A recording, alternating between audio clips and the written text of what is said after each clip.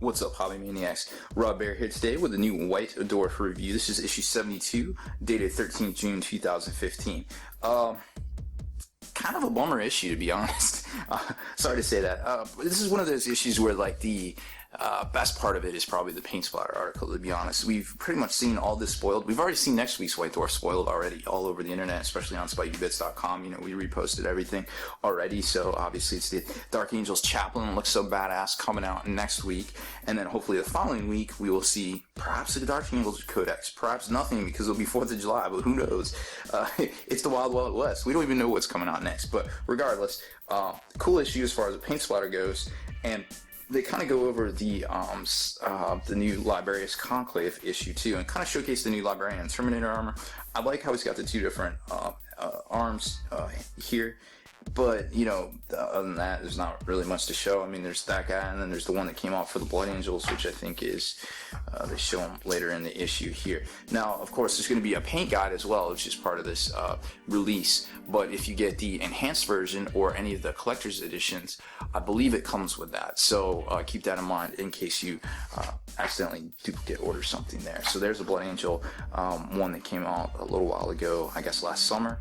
Then we got the paint splatter article, which is really good. I mean, it's you know, it's got the good stuff, the blue armors, which is really hard to do, believe it or not, because there's so many tonals of blue that if you're, you know, not careful, you're not going to pull off an ultramarine. You're going to pull off, you know, something that looks more like a Crimson Fist kind of blue. So you want to be very careful with that. And then it gets into the detail stuff we've seen before.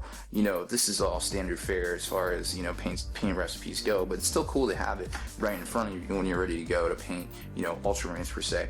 Kind of as a bonus, of course, they give you how to do a guide too, which is going to be the Tech Marine in this case, and a couple of thralls. So, you know, it's always good to have a couple of refreshers. It's good to see that blue paint scheme on an actual model itself, in my opinion. Very cool stuff. Thank you, GW. Like I said, oh, and then the cool teaser, dark but not black, for next week. I wonder if that means Dark Angels. Kind of doesn't mean anything at this point because it's already spoiled. So then we got the Librarius Conclave, which is included in the actual codex itself, so don't worry about that. Somebody got mad at me because I was like, yeah, you gotta get the White Dwarf because it's got the Conclave in it, and I didn't realize it was actually in the so yeah, I owe my friend $4, so I'll just buy him a Starbucks. Sorry, dog. But as far as the rules go for this, it's actually super powerful. You're not restricted on war gear for this Librarian, so if you want to run some bike squads, throw your Librarians on bikes, keep up with them. You want to take Tiggy, throw them in a pot, drop them in. Just be careful joining them to units because you can't mix and match chapter tactics in units, so always be cognizant of that rule that a lot of people haven't picked up on yet, at least from what I'm reading online. But when you do, if you're within 12 inches, you know all the powers that all the other Librarians know, so that's very powerful when it comes to Tiggy. Also, you can manifest on a 2-up if you're within range of 2 of the other Librarians as well. The only drawback, which it really isn't a drawback, it's more a tactic, is that the Librarian that's doing all this cool stuff has to cast his powers first, so the enemy will have a chance to know what's coming and to dispel it. But then again, when you're casting powers on a 2-up, which is realistically an 88% chance to cast a War Charge 1 on 1 dice, that's pretty ridiculous. If you actually nominate Tiggy, which you really don't have to, I think with this reroll, you're talking 92% chance. Pretty bananas, in my opinion. So there is that.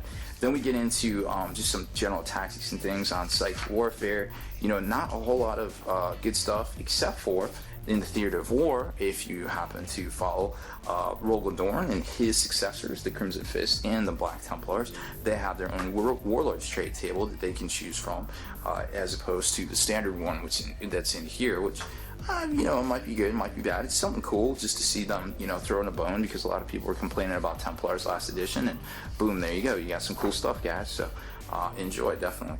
As far as the teaser goes for next week, we do know that it's going to be Dark Angels. They didn't really allude to anything else right here, except for maybe what's going to be in it. So you got sprues and glue, and it might show you how to do some Devastator stuff or something like that. I'm not exactly sure that these guys that were writing the White Dwarf actually knew what was going to come out when, so they're it seems like they were almost a little too vague about it, you know, they didn't really know perhaps, you know, what was going to come out when.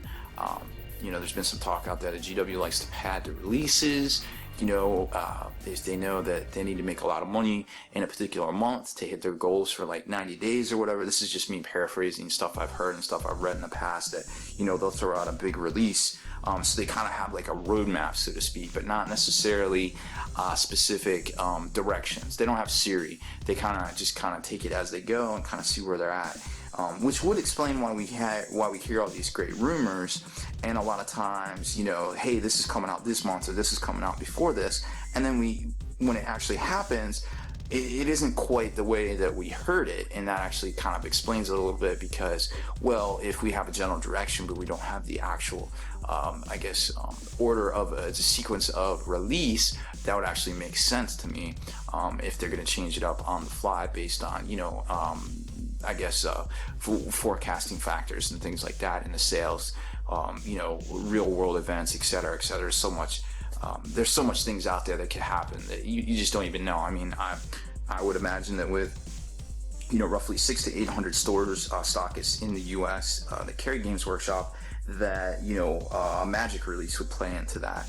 They don't want to put out a big release on the same week as a Magic release, because then the stores might not be able to pick up as much stuff that week that they normally would bring in if the store has to put out a bunch of money on a new set of Magic cards.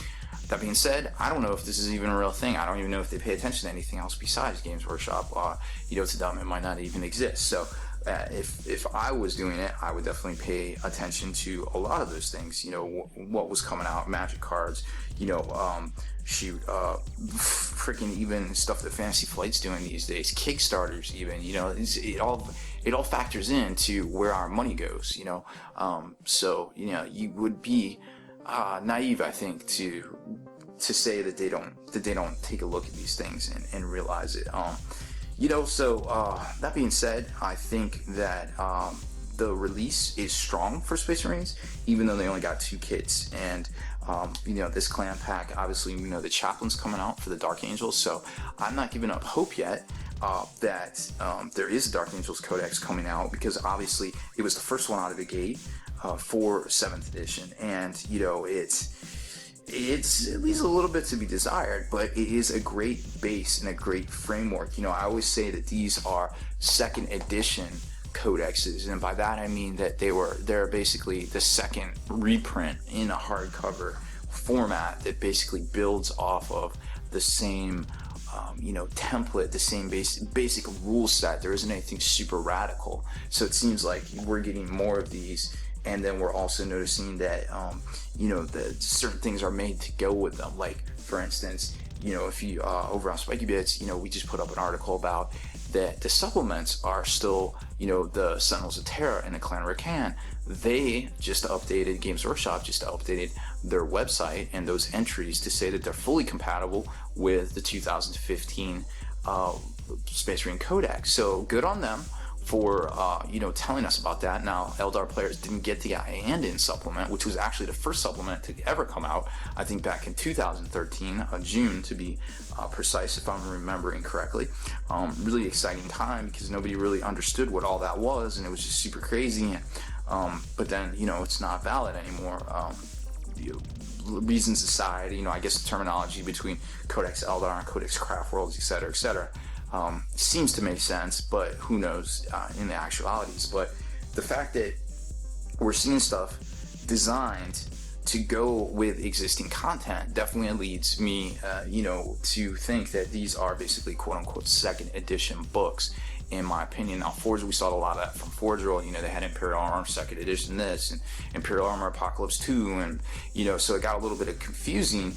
But I feel like that this is a good moniker for these, even though there was a 2nd edition back in 1994, 1995. But I think everybody knows that was 20 years ago, so we can differentiate that, so to speak. So, like I said, it's a really cool time to be playing 40k. Obviously, Codex Imperials gives you guys a ton of variety of ally choices and unlocks lots of cool things. How cool would it be to run Cult Mechanicus with Space Marines? Cataphrons and the robots walking around and taking knights and all this cool stuff. It's very it's almost designed to be bracketed into little playable chunks, so you can mix and match all these allies and things on the tabletop. So Super great time to be a part of the hobby. Super great time to be bringing hobby back. You know, it's a really exciting time for a lot of people. If you haven't heard already about the Long War, that's the home of the battle reports. We're also bringing hobby back over there. You know,